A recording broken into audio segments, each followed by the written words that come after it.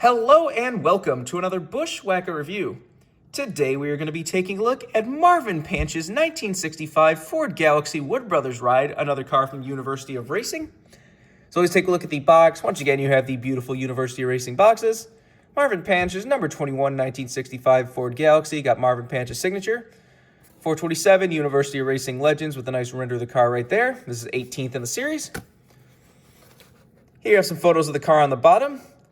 This is basically from the 1965 Atlanta 500, a race in which Marvin Panch was dominating, had to get out for gas fumes, was replaced by A.J. Foyt, who then went on to win the race. So Marvin Panch got credit for the win, because that is a rule that's existed in NASCAR for a long time.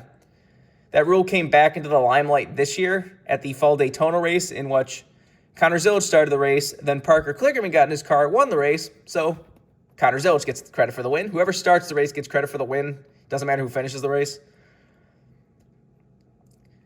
But definitely an interesting car. So this car kind of counts as a Marvin Panch car as well as an A.J. Foyt car if you're an A.J. Foyt fan. Anyways, you got some of the features of the car on the bottom. Got University Racing Legends Wood Brothers number 21. Got Marvin Panch's biography on the back of the car if you want to read that. Pancho number 21, and you of course have your copyright and such on the bottom of the box.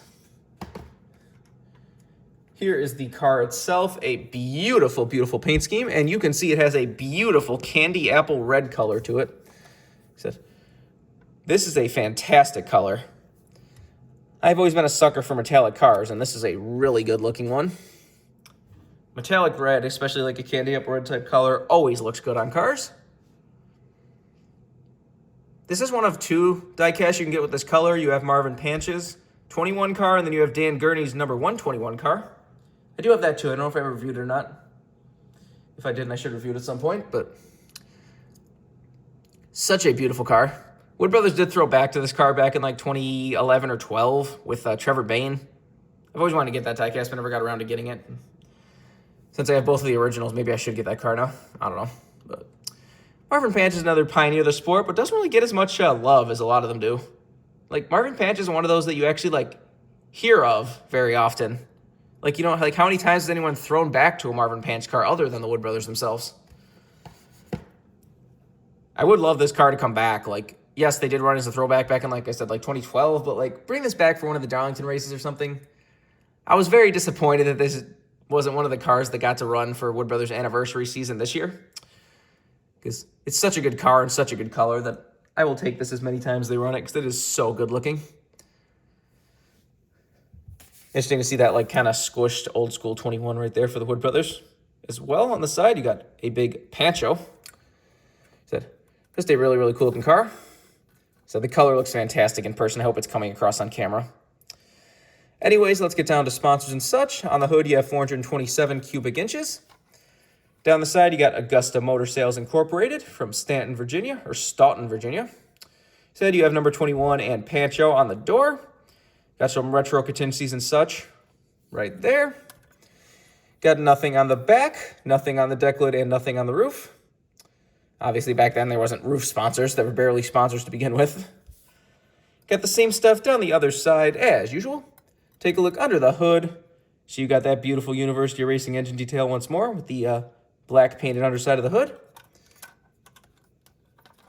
Obviously, the deck lid again does open, and you got your typical fuel cell and such back there, the old school fuel cell. This is obviously decades before the age of roof flaps as well.